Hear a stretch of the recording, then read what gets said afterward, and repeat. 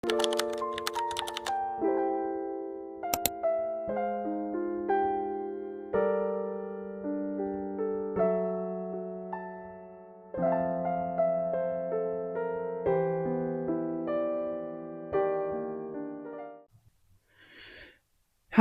my name is Virginia, and this is Dr. Borkeen Knits. I am a knitter in the Pacific Northwest. I live here in Washington State, and this is my third video, but actually my first podcast. I did a video so far on everything I knit in 2024, and then another one on my Make 9, and 2025 goals. So if you guys haven't had a chance to watch that, please do. I am here simply to interact with our knitting community. I don't have a big community here where I live, so I hoping to get some online friends. If you like to hear about what I'm knitting and what I'm the yarn I'm talking about and my yarn enthusiasm, please like and subscribe and comment so we can meet on this YouTube platform. But I also am on Instagram at Dr. Borkeen Knits. So this is my actual first podcast, which is going to have the regular podcast feel. What am I wearing? Works in progress, finished objects, etc. Okay, so this is one of my first finished objects. I started it in 2024, probably in December. It was an extremely quick knit.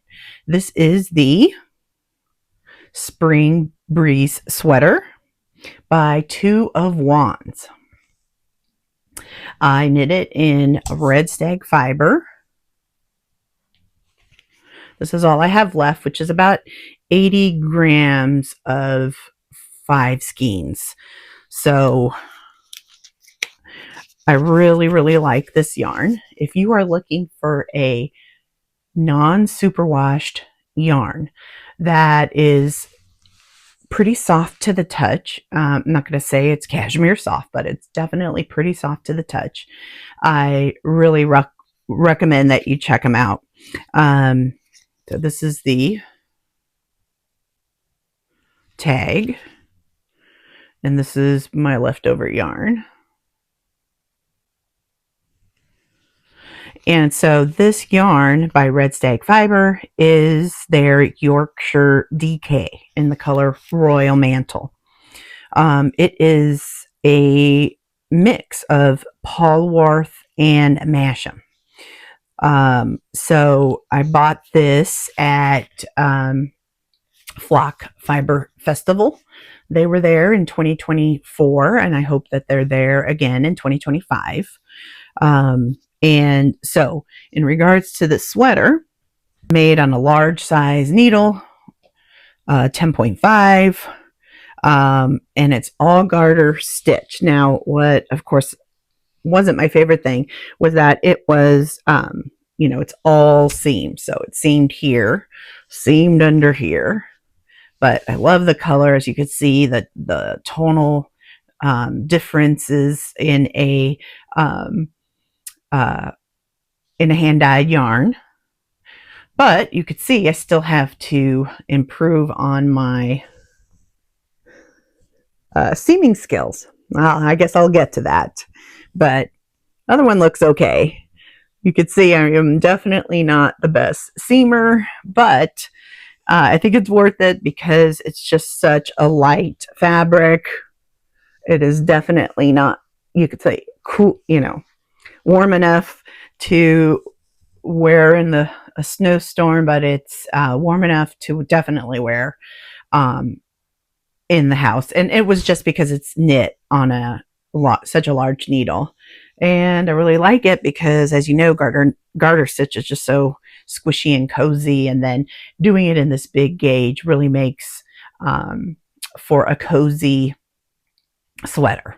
So highly recommended. Now, I did see, I think it was Knits by Whitney. and she started to make this. So this is where I kind of change the patterns to fit me. I know I don't like a lot of positive ease. And so this probably has 0 positive ease. I mean, here, none. And the reason is I just don't like baggy shirts, simply because I like baggy pants. So, and I don't think they look good together. So this, if I would have gone on what was the recommended size for my bust, I probably would have had to do a 2 to 3XL, which is a body circumference of 62 inches for the 2XL and 66 inches for the 3XL. But I actually did a large, which had the bust body circumference of 54 inches. So when Knits by Whitney did it, she just followed the recommended positive ease and size and all that, and it was just so large on her. She never finished the product. I don't know if those are the exact details, but that's what I can recall. And so what I tried to do, because that's exactly what I did when I was first knitting and following, if it says to do this, I do that. So, but my first several knitted garments were so big on me. I could insert a picture here of a faded cardigan by Andrea Mowry. I'll insert a picture here of myself, and it just doesn't have any, true structure of a cardigan.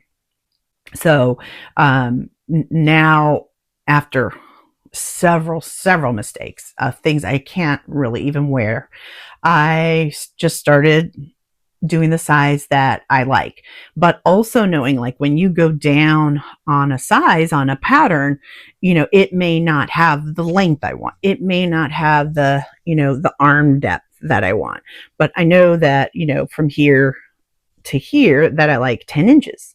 And so I will just knit longer. And for instance, here, I wouldn't, close up for the armband at what they said that I should. So like on the large, it was 8 inches was supposed to be the armhole depth. But I know that I need 10, and it actually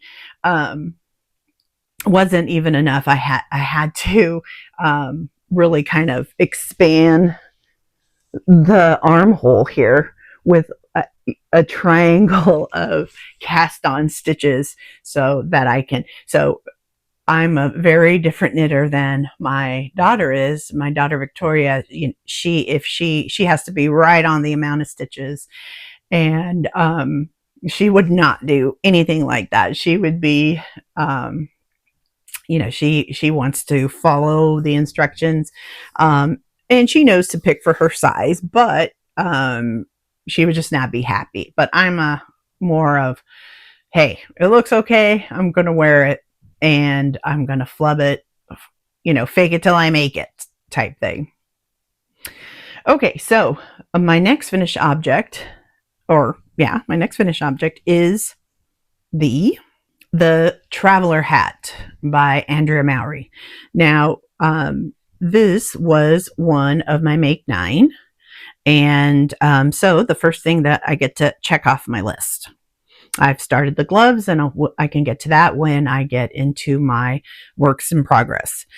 So my thoughts on this is, first of all, I did it with the yarn that I bought in Rhinebeck for this purpose. It's by Fiber Optic Yarns. It's in their Heavenly Worsted in the colorway Friendship, and it's 70% superwash, 20% cashmere, and 10% silk. So it's very soft for all of this, stuff that I'm going to have right on my most sensitive areas, I definitely want, something softer. So for this, I did not use a non superwash. But I'm really happy with the yarn.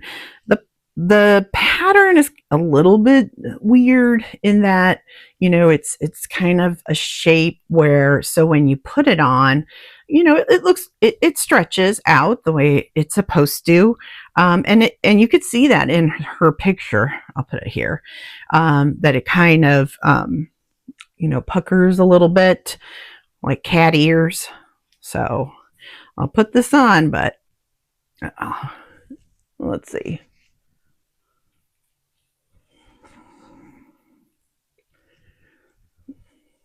So I think the size is accurate. I did the largest size, which is a head measurement of 22.5 inches. And I think that because you have this large brim, that even if it doesn't fit perfectly, you can adjust that either up or down to give you more room. So this was my first thing off of my knit 9, and on that knit 9 I wanted to do a matching hat, gloves, and scarf. So I am gonna do that. So far, hat done. Gotta love those type of projects, which are quick and easy. Normally I make garments, so they take a bit longer. But it is really stretchy and really nice. And I do not like the hats that, you have a cone on. I really wanted a form-fitting, to my head. So I'm happy with that.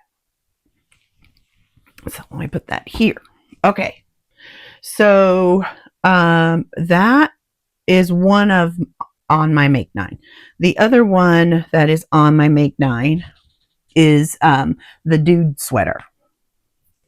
So this is the Dude Sweater by Andrea Ringel Knits.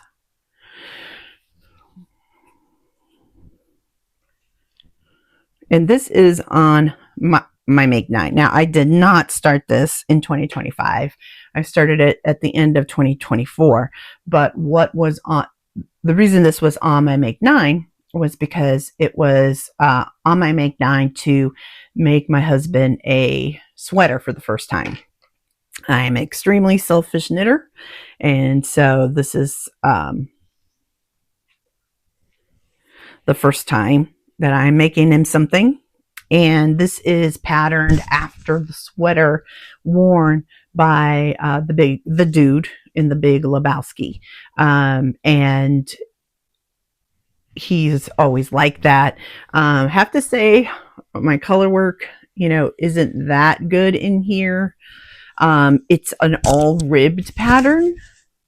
So believe it or not, I find that the color work, and I'm certainly not the color work specialist, but the color work is, you could see the brown. It's not the neatest for sure.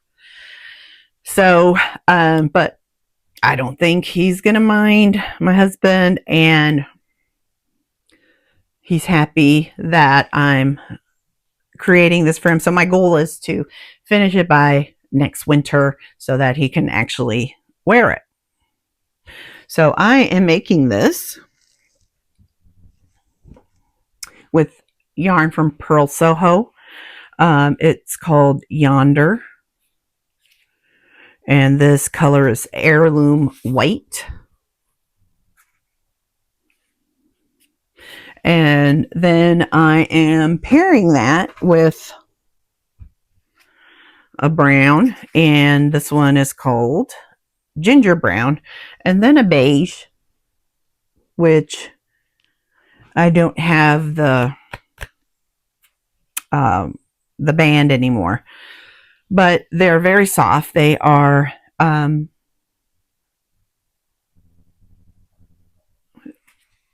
oh, here it is.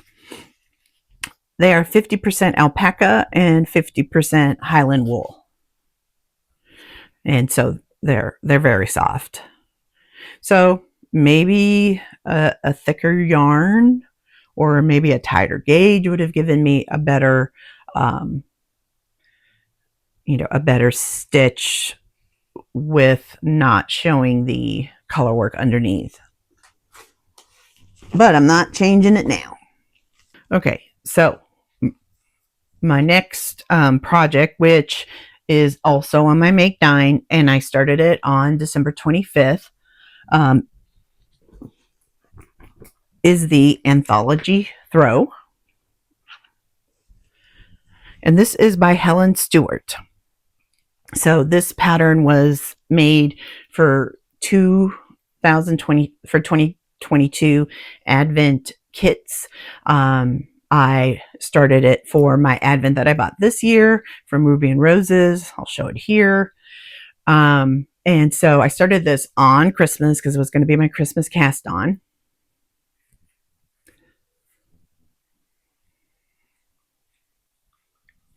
And I am not following the colorways as they were presented. It would be more of a rainbow. This was the first color, and I really liked it as my center color. But then it was all purples and then all, blues, greens, then pinks, all grouped together. And so I thought it would be better, as you can see on the one done by the maker, the creator, Helen Stewart. The colors are kind of just mix matchy. And so that's what I'm doing. Now, what's interesting is that Advent's mini skeins are generally the same yardage. This is done in fingering. But I'm not anywhere near having enough yarn to make the circles, all the way around. And it had to be cut short. So like this purple section was supposed to have these yarn overs and then more of the purple. And then this orange one was, and I've actually started it here.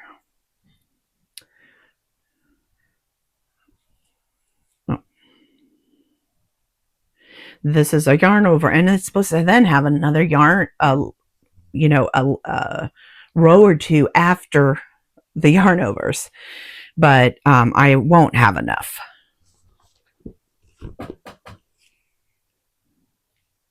So with the purple, in order for me to finish that last row, I was paint major yarn chicken.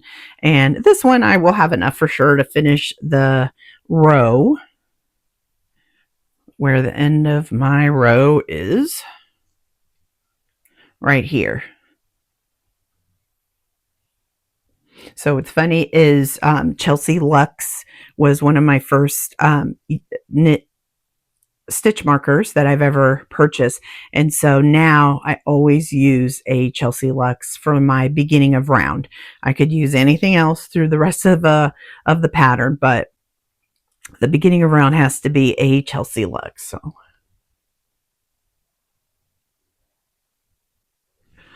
So this is all I have left. So I know that I'm going to win Yarn Chicken, but on my subsequent rows, I am going to put the whole, because each one I believe has yarn overs in each round. This one actually had 2.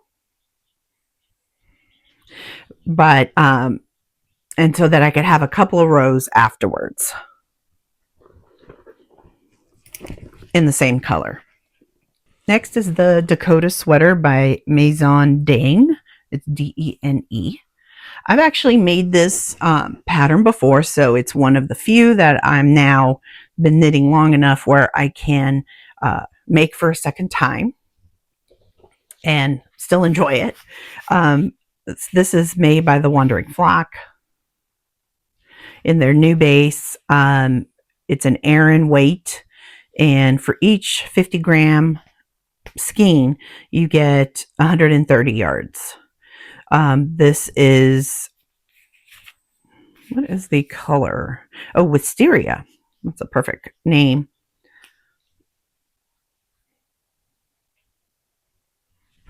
And it is like a blown yarn. So it's extremely soft with 35% baby suri, 15% wool, and 50% cotton. Extremely light. However, I have to say that knitting with it is just not the funnest. It's really just like knitting with a cloud. I don't know how to explain it. So I put it on these Likey pink wood needles so that it wasn't as slippery as a metal needle.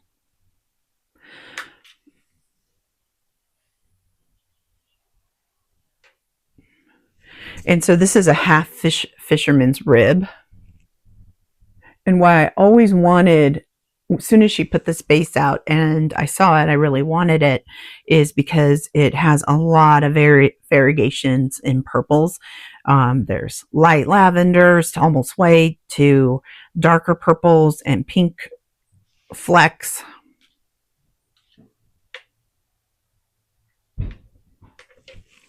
So when I first made this, and I'll show next time, I'll show my other finished project in the Dakota sweater that I've made in the past. I made it, it's all the way around too small. So this one I did make a bigger size, probably too big. We shall see. So I think I'm almost finished with the front panel, and then it's another seamed one. So you'll get to see some of this next time. So it's all the way around seamed, but I really like it because I love the fisherman's rib. It's easier than brioche, but gives the same kind of bounce and somewhat look. So I'm going to move my stitch marker here.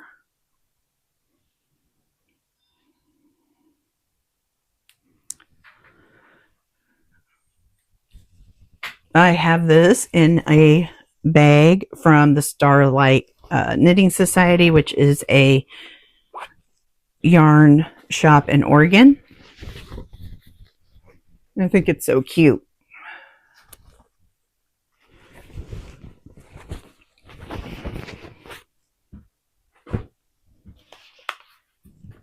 Okay. And I think my last, oh no, I have two more whips. 3-season pullover by Wool and Pine. I'm making this with a yarn from the Farmer's Daughters Fibre. It is also a non-superwash made in their line called Pishcom.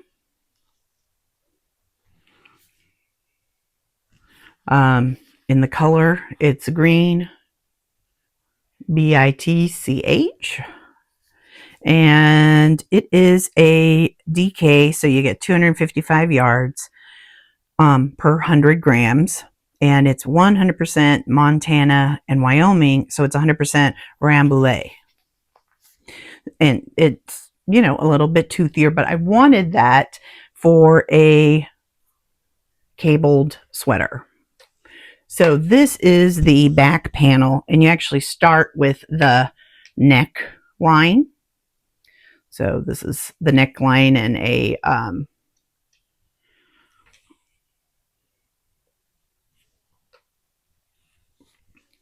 and so I have to say that I am not enjoying the knitting process. This is definitely a product knit where I want the finished product as opposed to the process of knitting it. It requires a lot of attention, a lot of referencing pictures for, because I just can't figure out in my head the chart. You know, some of them are easy. Like this braid is easy to memorize, but there's so many different cabling stitches that are necessary for and through here, and even the, not so much, but the lace work over here. So I don't think I'll be, I see other YouTubers just put out cabled sweaters like nothing, but I find that I'm going to have to, looks like I'm ready to change into a new ball. I'm really going to have to pay attention, and I started putting this by where I work so that every time I get a down moment, I could just do a couple of rows because it was just not calling my name to do during at night when I'm resting. Lastly are the mitts that I'm making in my that I made my hat out of by Fiber Optic Knits. I am making the rodent mitts by Isolda.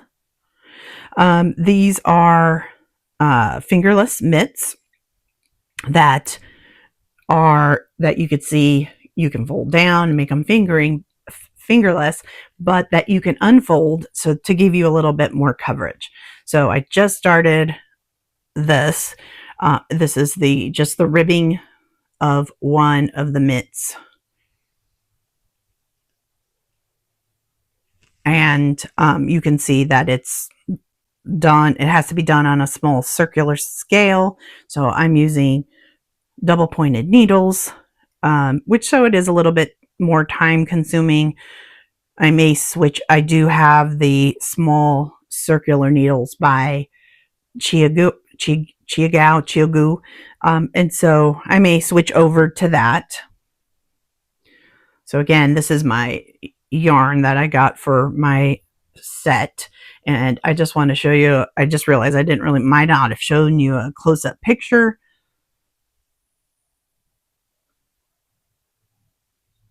And this is doing a pretty good job of showing, the purples and the pinks, and it's so bright, but yet variegated.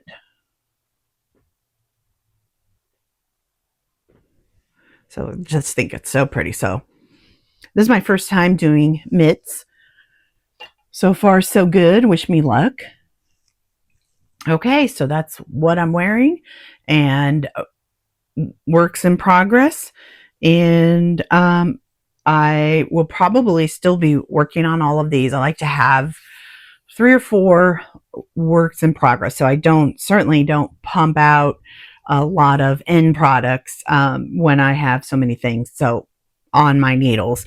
But I do like having a variety to keep things interesting. So the next thing is acquisitions.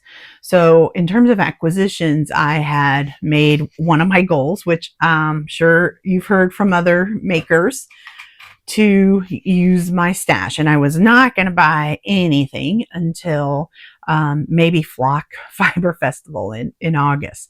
However, again, Redstag Fibre, he's the dyer behind the sweater I'm wearing, he moved places where he died. He used to dye in his home in his garage. So now he moved to a dyeing location, which is in the back of his wife's yarn shop. Her yarn shop being the Modern Skein in Montgomery, Texas. I've mentioned them before. I really, really like them. I hope they go to Flock Festival again this year. So he was having like a clearance sale to try to sell some of the excess products that he had in the whole moving process. I probably has a little bit less of storage area in his new place. So he had everything at $15. So the skeins, no matter, if you were buying DK or fingering. So this is his Castle Surrey base, and it's made with 74% baby alpaca and 26% silk. So it's extremely soft. I've used it before. Right here, these 2 pink ones are from them as well. And so this is antique linen. So I bought 4 in each of these 2 colors. The other one is Castle Cobblestone. I got these because it was on sale. It's not with a product in mind, but I just couldn't pass on Surrey for $15 when I would say that these were probably over 30 um, or just about 30 to begin with. So I bought 4 of the cobblestone, 4 of the antique linen. I have a lot of plans in mind to kind of dull out some of the yarns that I have that are really bright, and white and beige really makes the color the centerpiece without really taking it, maybe just dulling it out a little bit. And then from that sale, my daughter also bought 3 skeins of this one. I thought I'd share it too because I think it's so pretty. This is in their estate fingering in a color called Heather. So for it has 490 yards for 100 grams. So I think that's a light fingering. But what I really like about this purple when I got it was, or when it came to my home for her, is that it's such a unique purple color. It is not like a deep purple. It's not a lavender. It's kind of a mix of all of them. So you could see, the darker bits, the bluer bits, the lighter bits, and it all comes together, to make this very unique, very beautiful purple. So those are my acquisitions. I probably won't have any for each of these episodes. Glad you stayed to the end. If you did, please like and subscribe, and please comment. I really want to interact with anybody who sees us and wants to reach out, because I want to reach out. All right. Thanks for stopping in. Bye.